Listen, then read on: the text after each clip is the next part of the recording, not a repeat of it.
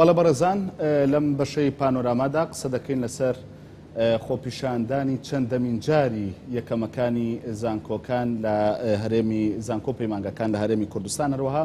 وەکو لە هەواڵەکانە ئاماژەی پێکرا یەکێک لە راپۆرتەکان تایبەت بوو بەوەی کە بەشێک لە ڕێکخراوە خوێندکارەکانیش ئاماژە بۆ دەکەن کە ئەوان مانگرتنی سەرتاسەری ڕادەگەێنن ئەگەر حکوومەت ئەو بڕیارە هەڵنەوەشێنێتەوە کە بڕیارە پارە لە خوێندکاران بسەنرێ بە تایبەت بۆ بەشە ناوخۆیەکان گفتوگۆی ئەم بابەتە دەکەم لەگەڵ میوانەکەم سیروان زەهاوی ڕاوێژکاری سەرۆکی حکوومەتی هەرێمی کوردستان هاوکات مامۆستای زانکۆ. سوپاس بۆ ئامادەبوونت لە ستۆدیۆ. کاک سیروان، دەمەوێت بۆ دەست پێ بکەم، یعنی تۆ ڕاوێژکاری سەرۆکی حکوومەتی لە پاڵەوەی کە مامۆستای زانکۆی وەکو لە راپۆرتەکەدا بینیمان بەشێک لە خوێندکاران هەڕەشەی مانگرتن دەکەن، ئەوانەی کە تەخەڕوجیان کردووە شەهادەکانیان دەسووتێنن. سەرۆکی حکوومەت چ چارەسەرێکی پێیە بۆ ئەمە، چ وەڵامێکی پێیە بۆ ئەو خەڵکانە؟ مناوی خۆی گەورەی میهرەبان، ڕاستیدا پێشم شتێک سڵاو بۆ هێزی پێشمەرگەی کورسان ئەنێرم داوای لێبوردن دەکەم لە جەماوەری بەشەرەفی کورسان بە شێوەی گشتی و بە تایبەت جەماوەری ئێمەوانەی کە حەزیان لە دەرکەوتنەکانی ئێمەیە کە بۆ ماوەیەک لەبەر چەند زۆرفێکی استثنایی دووربین لە ساحەی سیاسی و قانونی و پرسە گرنگەکان لە ساحەی سیاسی کوردستاندا. سەبارەت بە پرسیارەکەت، ڕاستە من ڕاوێژکاری سەرۆکی حکوومەتم،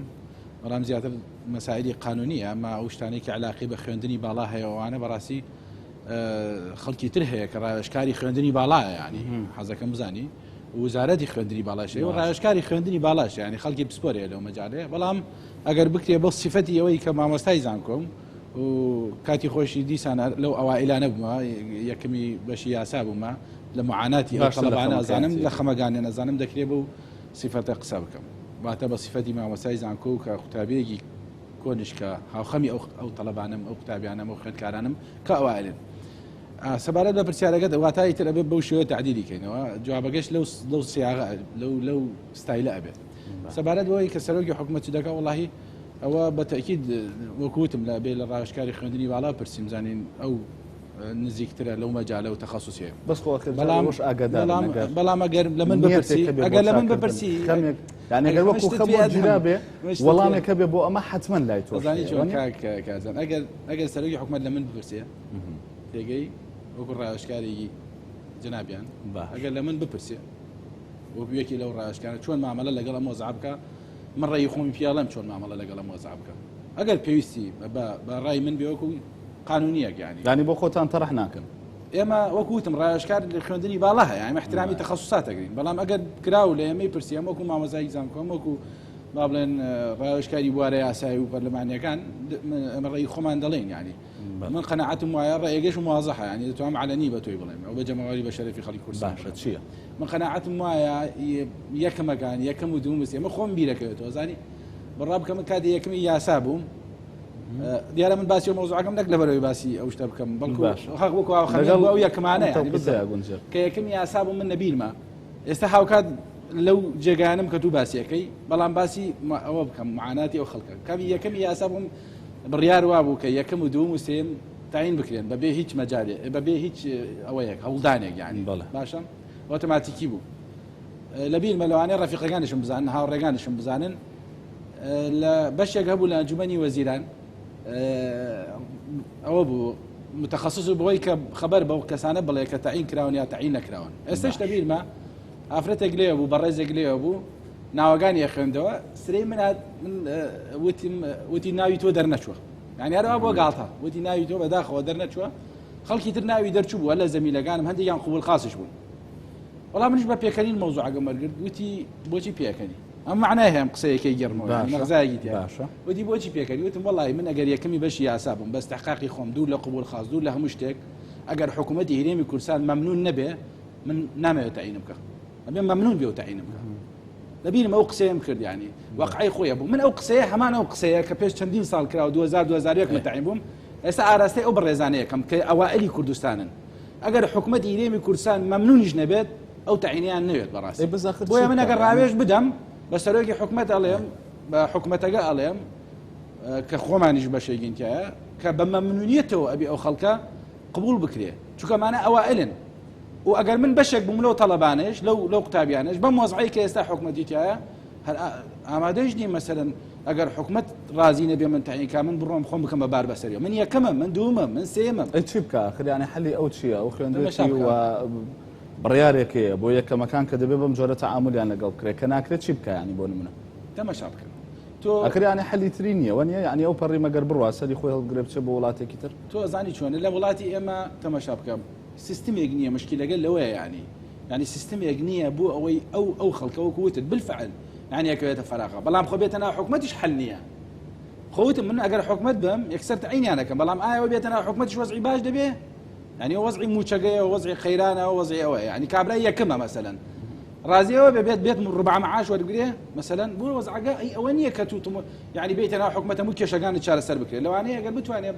وكوت مو حقي شرعي خويا قربيت اوائل ابي كرتي تابت حكمت لسري بشر بين ام بليم بيت لايمن او بليم بيت لايمن جوكيه كمبو يعني براسي شاني مو تقديرك اما نقبل خاصه ونبى خزميني هاتي ونبى محسوبيات وما هي كما هي جاي بحكمت ممنون بها لا تعيين كردني ابي كرتي تايبتش ممنون بها بشر كان نسالي والله كشيء ما زاني شلون كاكرزان زور قوله يعني مساري خوندني بالا لولاتي ما التدمير بوا يعني توش يعني قيران يجي ترى خوندني بالا جي قال قيران عاميك سروت حكمه وانجمني وزيران ما زانن او كخوندني بالا تدمير بوا كارسات لمولاتي تماشابك سروي حكمت خو لا مريخ وناتو سروي حكمت كل يوم ميلاتي زاني دبي اغاي ليبي حتى ما باش خو اغاي ليبي من بوصفه لبالوي كوكوت انتم ما مسايزان كوير راوشكاري سروي حكمتي يعني تو ازاني اگر حكمه سروي حكمت اغداري اما بياننا اگر اغدار نيه اومانان كم ترخمن خولاني كم اگر راويش شتان بينكرابي خو دبي بلن ام خمه هي ونيا ابي بلن كرتي تايبات دەبێت چزانم بیهێنیتەناوە بۆی ئیشێک لەم بوارەدا بکە لەم مەجالەیە بکە یان هەر وەزارەت بۆ خۆی کە ئەم گرفتانە هەبێ ئێوە نابێ بیگەێن کاکازانزان دێشتی مەعەوەم باوەڕم پێ بکەن دێشتی مەعەوەم خۆش نییە یعنی باوەڕم پێ بکە خۆی ئێستا هەموو خەڵک گوێ لە من نییە ڕەفیقەکانی من گوێیان لە من نییە حکومەت هەمووی گوێی لە من نییە جماعة أنا حتمر إن آرتي يجي قناتانه كخلقي لي رواية كاك من نهارا جهارا بالرفيق جان ماله ما قال لهم دروا كم بين ردي بكنه هرشتك كعلاقي باختصاصي منه هبي هات بيه بلا من رايج لسر بدم زور بأمانته وما عنده يخم بكردور ري يخم دا يشقي من شيء عنده كرايج دم لمجالي قانوني ومجالي برلمانية إيش يخم أجر هركر كم ترخيم يجم كرد بيه لمجالي اختصاصي يخم أنا ما دهم ولي برسينه يجم تيجي لبروا موضوع أونية كم ترخمي لأونية سيستمنية لولاته دبي إيش بكري بوي سيستم دروس بكري قانون كان بوكو بيويسنين خلالي تيايا كاكا خوندني بالا من استعندي شتو بباز كم لواني عقلت بي تصوري نكي يعني تو تصوري كي خلكي بوز حكومات وزارتي خوندني بالا باريس سلف كردو بو شخصي و ضرورات وانا اساسيه ك لبناء بدسياناني شهادة يكبرون من الأزمان أدبي كردي لدرو يريمي كردستان أقامت شيء توانا أساسية مثلا يعني خلقنا يدراه أبو روسيا خلقنا يدراه أبو أوكرانيا خلقنا يدراه أبو بلغاريا بولونيا يعني هم ملاتانة هم برسالة بلا توش بكري يعني خطوش يسألنا أو هيكلي أنجمني وزيران وانيا تو تمشابك أزاني شو فاقد الشيء لا يعطيه هو المسألة عربي زول جرينج وجوريا قال ترجمة بكيد كردي توش تيجا خيط روبروي كسي كيتو كذا صلاتي يعني من ده صلاتي من شيء يعني من راوج هذين بواري ياساي اگر خلل يقبل ولا لا ياساي الرأي من غلط در شو طبيعية من آمادم يعني الشيء هذا يخون بشمان ما غلطه اما شتي خراب وانا بنريد لدروا ماستر بين لا ادبه زمان وادبي كردي باشا يا لا عربيه قد بوا لكوبو نوتان لقاو سروش حكومات اما بسروش حكومات بڵێ کاکە خەڵکی ئێمە خەڵکمان هەیە ئاوا چۆتە دەرەوە یعنی بۆ نمونە ئەمە ئەخوێنێت کە ئێمە بۆ زەڕورنی نا پێم نەوتوە ئەمە خەلەل نییە گرفت نییە ئەرکی ئێوە نییە بۆ نمونە ئەرکی کاکسیروان نییە وەکو ڕایۆژکاری سەرۆکی حکومەت کە لەگەڵی دانیشت ئەم خەمەی بخاتە بەردەم تەماشا بکە لە وڵاتی ئێمە من پیاوێکی قانونی بەرپرسیارەتی لانی کەم ئەوە خوا ئاگای لێوە خۆی جواب دەدەن باشە دەیفەرموو هەموو شتێک ئەگەر کەس احترامی تخصص نەگرێ من احترامی تخصص ئەگرم من جوكو طلبانا روجان يكمية ولا تبومو لا قانون وردي ترتا قشنة عمر حلا يسمن بيهم تخصص بشكينم وكوتم من لما جالي اختصاصي خم اقل سلوكي حكمات ببين مو قصيده قلابكم لما جالي تخصصي خم قصيده قلابكم من او دكات نسلوك حكمات او دكاتي مرنباسي ملفاتي تريبوبكم منيش او نكاتمه منيش او نبي يجنيم مرنباسي ملفاتي تريبوكم ملفقاني خم امانته وجالي واحد کات بەش ناکات دراسی بکەیت اینجا بڕۆ مەلەفاتی وزارەتی خوێندنی باڵا وزارەتی تەندروستی و هەتا دوای بێنم ئەو هەرێکی ڕاوێژکاری خۆی هەیە دەتواننەوە بکەن بۆیە ناکرێت ئەو تێکەڵاوێ لە تەخەسوس دروستکەر احترامەنیشانی احترامان بۆ ڕاوێژکانەی کە لەو مەجالانە ئیشەکەن و لە کۆتاییشدا تر ڕاوێژکار يعني لا خاب من استخاره ولا ندم من استشاره وكذا لو كوتايد الرأي ڕاوێژکار وەربگری باشە و بەڵام ملزەمیش نییە ینی دەکرێت پێی وەرەگیرێ والله لە زۆر حاڵەتە ڕێی وەرگیراوە بێگومان ڕێیمانداوە ڕێگەش بە نەبوو و باشکرد بووە. دکتۆر شێرکۆ حەمامین ئەمڕۆ ڕایگەیان کە مەترسیەکی گەورە لەسەر زانکۆ پەیمانگەکانی هەرێمی کوردستان هەیە مەترسی داخستنیان هەیە ینی لە ئێستادا لە پایام قەیران و ئەم دۆخەی کە دروست کراوە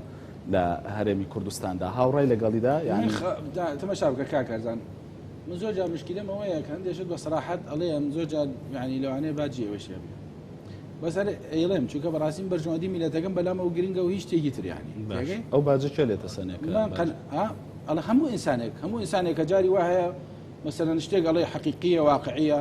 تێگە هەندێک خەڵک قبولی ناکە لە قورئان ئەڵێ يجعلون أصابعهم في آذانهم يعني دەست لەسەر گوێ خۆیان دانن بۆی نەبیست بەڵام هەندێک کەسێ بێگومان بوو دەڵەیە حتمما یانی هەندێک کەسێ بارە لەسەر حکوومەت لەسەر خەڵک ینی بۆ وانە بۆ وڵاتە گەندەڵیتیانە بوو دەڵیتیانە تفەیلیتیانە ئەو نەوعانەیتیایە حتمما هەیە خۆ ئەگەر بڵێ نییە معنای درۆکەین ئەو شخصانە بێگومان دائما هەوڵەدەن عەرقەلە دروستکەن دائما هەوڵەدەن ڕێیە چاکەکان نەگا دائما هەوڵەدەن ئەو پرسانەی کە لە ژێر دەستی تۆیە وەکو خۆی نەگاتە جێ خۆی عەرقەلەی بۆ دروستکەن ڕێی مقابلی بۆ دروستکەن يعني تجمعي بو بكن لوبي بو بكن خو حكومته دصلات ووزارات ومؤسسات دستوري ولاتي ويتايا هذا كم زاني وحقيقته حاشا نقول اما الدائره يجي بتشوكه هيا نخواس ما قال لا مؤسسات دستوري قوره بويا من بمؤسسه برسيارقات وتد او برادر واي وتوا تو رئيتش من زور خممنيه فيمان قاعد اخري ياخذ جامعه داخلي ودان اخري زور معجبني بس باخذ ما تتكب اخر سير قصك سير خويا زايد شلون خويا خوشي قصة ويا كسير بيا بلا واقعي بيا وعلمي بيا يعني معرفي بيا باش ناكر اگر تو بتو قصي سير وكي خو نكتي عليه باش بس واني ما علمي بس باخذ ما تتكلم من خم يومني ما حد داخل الجامعه داخل هيك قضيه جنيه بلامو بلا خم يو طلبانه ما من براسي كبيبشا بن لخويندين ياخذ بشوازي يتر كجوريك الامليان هي لو معهد وجامعه نما بمري او املانا يعني خمي ميلاتا جما خمي كتابي وخن كاره برزقان ما اما مؤسسه جو خوي من بري من مؤسسه يجي زور منتجنيه لاستاذ يعني لو انا سردمي كون باشتر يعني خلط تطورك ها مالين يعني سالين تتمشابك هذا خوته ولا خوته ولا مالي خودان شي لقى برادر كاكا لا هاشتاغان زاني خن زور بيمو يعني اما الدنيا باسي خلق شماليت بيها بلي يسبب لبريطانيا لالمانيا لفرنسا لامريكا بلي ليش تاغان خندن يعني تصوير ناتو انت يبقى يعني ابي تو ديكشنري يجي ودامني قاموس يجي وداني جاري ابت عارف كاين ودواي بريك كاين مصطلحات انا معناه يجي بو انت يبقى تكتيناغا بويا نحق شينيتيناغا لكو دنياتو بلي كاكا حفتاغان باشتر بو اشتاغان خوشتر بو اشتاغان معرفه زياتر بو خريج يجي اشتاغان استباشترا يعني اما ممكنه معناه يجي معناه يجنيه معناه مؤسسات علمية إما نسبة يجور فشل كاكد هيج مكة تبرة تمشاعر ران كران دقاني عم بكلا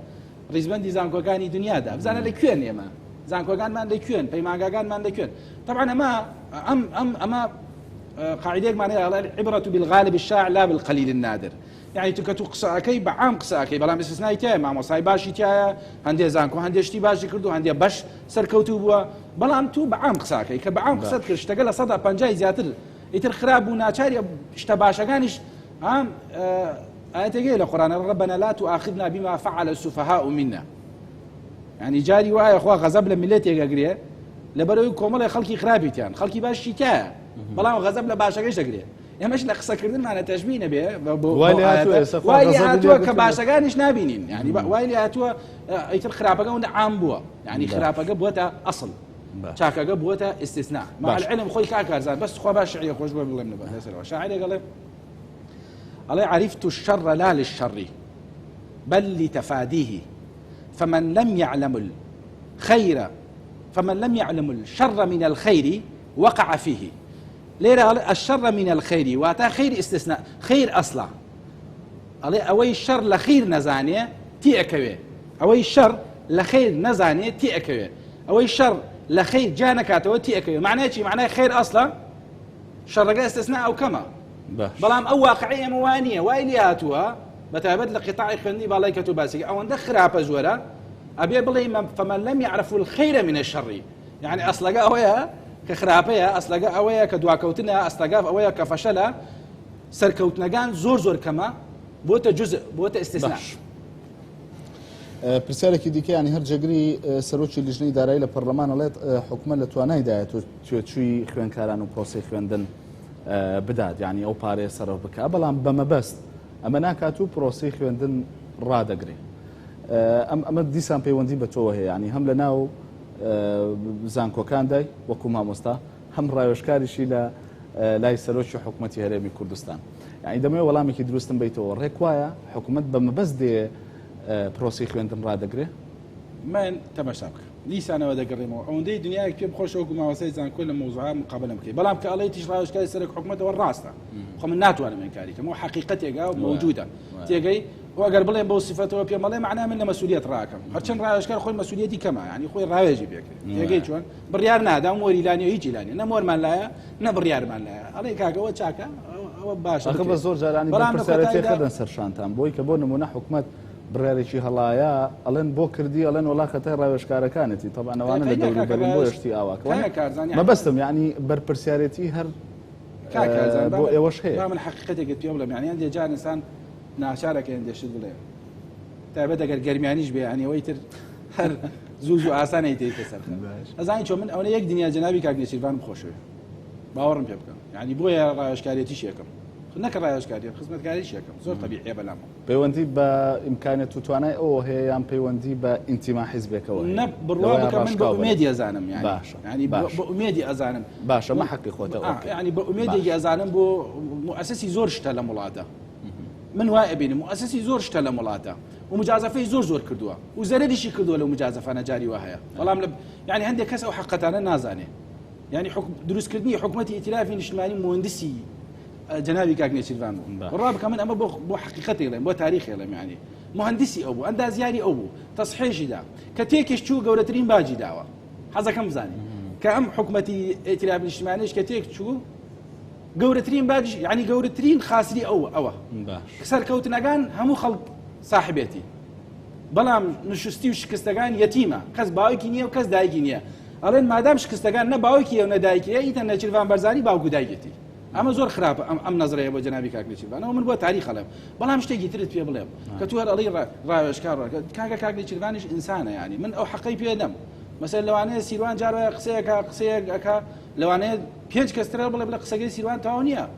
غەڵەتە ئەخۆ ئەویش ئینسانە لە کۆتاییدا ڕێی 5 کەس و 4 کەس تەسیری زیاترە لە قسەی سیروان زەهاوی تێگەی خۆ من ناڵێم قسەکانی من ڕاستە خۆ لەوانەیە قسەی وان ڕاست بێ بەڵام تو ئامەزانە ئیتر من هەر شتێک بڵێم وڵای ئێمەش معاناتمانەیە لە هەندێشت خەڵکی تریشەیە ڕێی خۆیە قسەی ترەکە ئێمە ئەو ڕێیانە بە باش نازانین بەڵام لە کۆتاییدا جاری وایە ئەغلەبیەن زۆرینەن کاریگەریان زیاترە زۆرینەش نەبن کاریگەریان زیاترە جاری وایە ئەم حقیقەتانە هەیە ئەمە سڕێگایتر باش بە نازم ئەگە سڕ بێ کەشف کرابێ یاخود سڕ نەبێ خەڵکی زانێ هەر کامێک یەکشتر ئەمڕۆ بۆ من جێسەرنج بوو یعنی لەگەڵەوەی ئەم خوێندکارانە کە کوڕی ئەم وڵاتەن وەنیا یعنی کە یانێ بچنەم حکوومەتەوە و دابمەزرێن یانوێ خزمەت بکرێن خۆپیشاندانیان کرد هاتنە بەردەم ئەنجومەنی وەزیران بەڵام هیچ کەسێک ئامادە نەبوو بێ لەگەڵیان لانی کەم بڵێ هاوخەمتانم هیچ دەسەڵاتمان نییە بەڵام هاوخەمتانم یعنی بۆ کەس بۆ هیچ یەکێک لە هاوڕێکانتان لانی کەم تۆ گلەیت لە هاوڕەکانت نەکرد لەوەی کە ڕاوێژکاری سەرۆکی حکوومەتن لەو اختصاصەیە بڵێ دەبوو بچنە لایەن ینی هەرەوەندە بڵێن ئێمەش هاوخەمتانی ناتوانین هیچتان بۆ بکەین دەبوو هەرەوەگەت زۆر تەواو دەبوو کە نەش چوونە نۆ کۆمنت وەڵڵا نابێت چۆن نەبێ ئەوانە نخبەی میلەتن یعنی ئەوانە نەوەی نوێن بەمەعنا نەوەی نوێن ئەوانە نە قبول خاسن نە بە محسوبیات هاتوون نە دەرەجەیان لە کەس بە حەقی خۆی کاکە ئەمە ئەزانی یەکەمی بە چی دێ کاکە ئەزان ئەوەی نەیبینی بێ نازانێ وەڵڵی شەو ڕۆژە خوێنی هەتاوەکو 1 دەرەجە زیاتر دێنی باش با پرسیارێکی تر بکەم جگە لە تۆ ئەکرێ بڵێم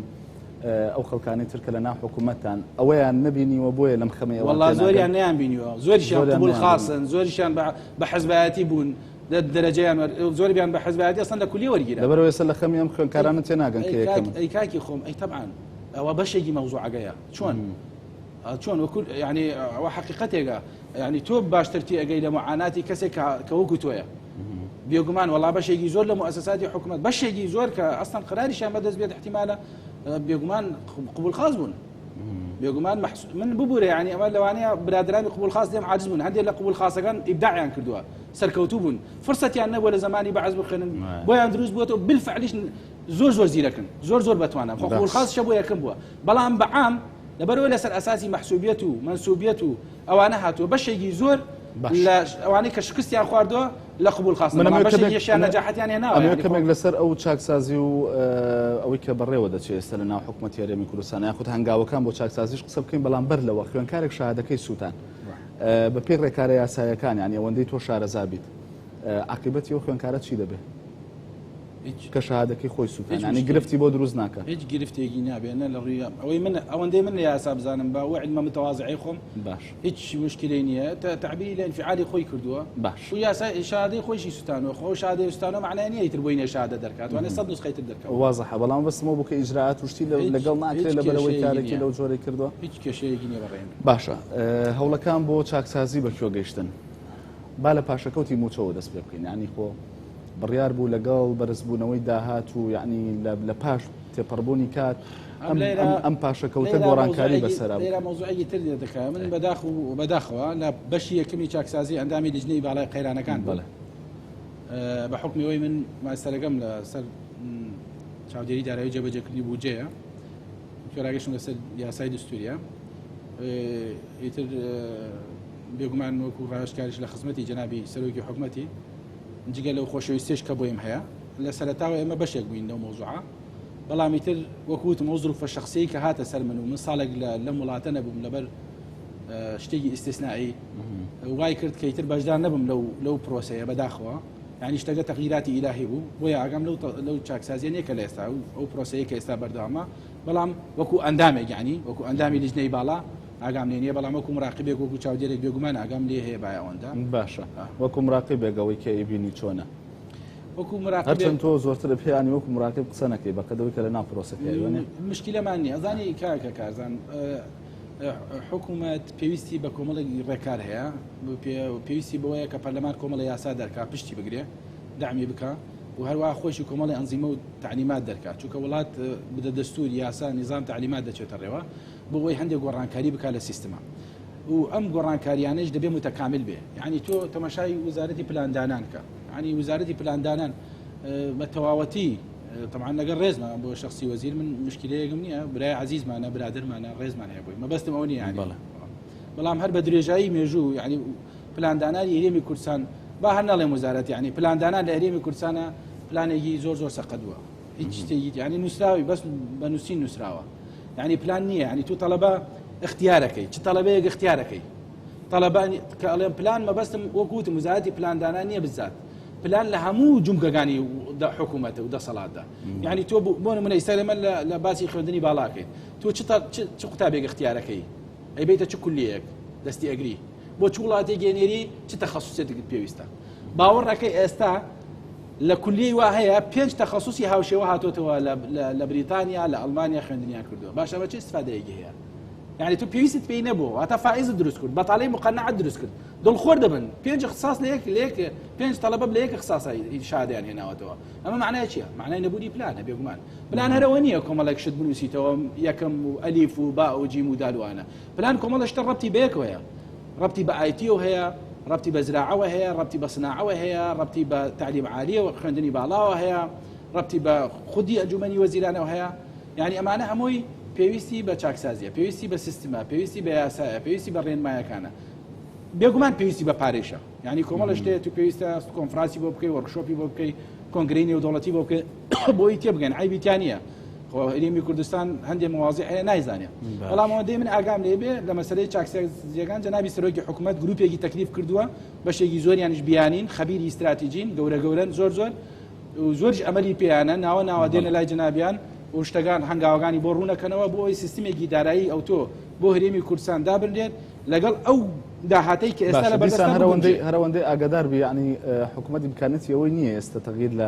لە بڕێ و پاشەکەوتەیە بکە کە بۆ موچەخۆران دانرابوو لە پێشووتردا من نازانم ئاگاداری نیت نازانم ئاگام نییە باش سوپاس دەکەم سوپاس بۆ سیروان زاوی ڕاوێژکاری سەرۆکی حکوومەتی هەرێم هاوکات مامۆستای زانکۆر زۆر سوپاس دەکەم کە لەم بەشەی پانۆرامادا لەگەڵمان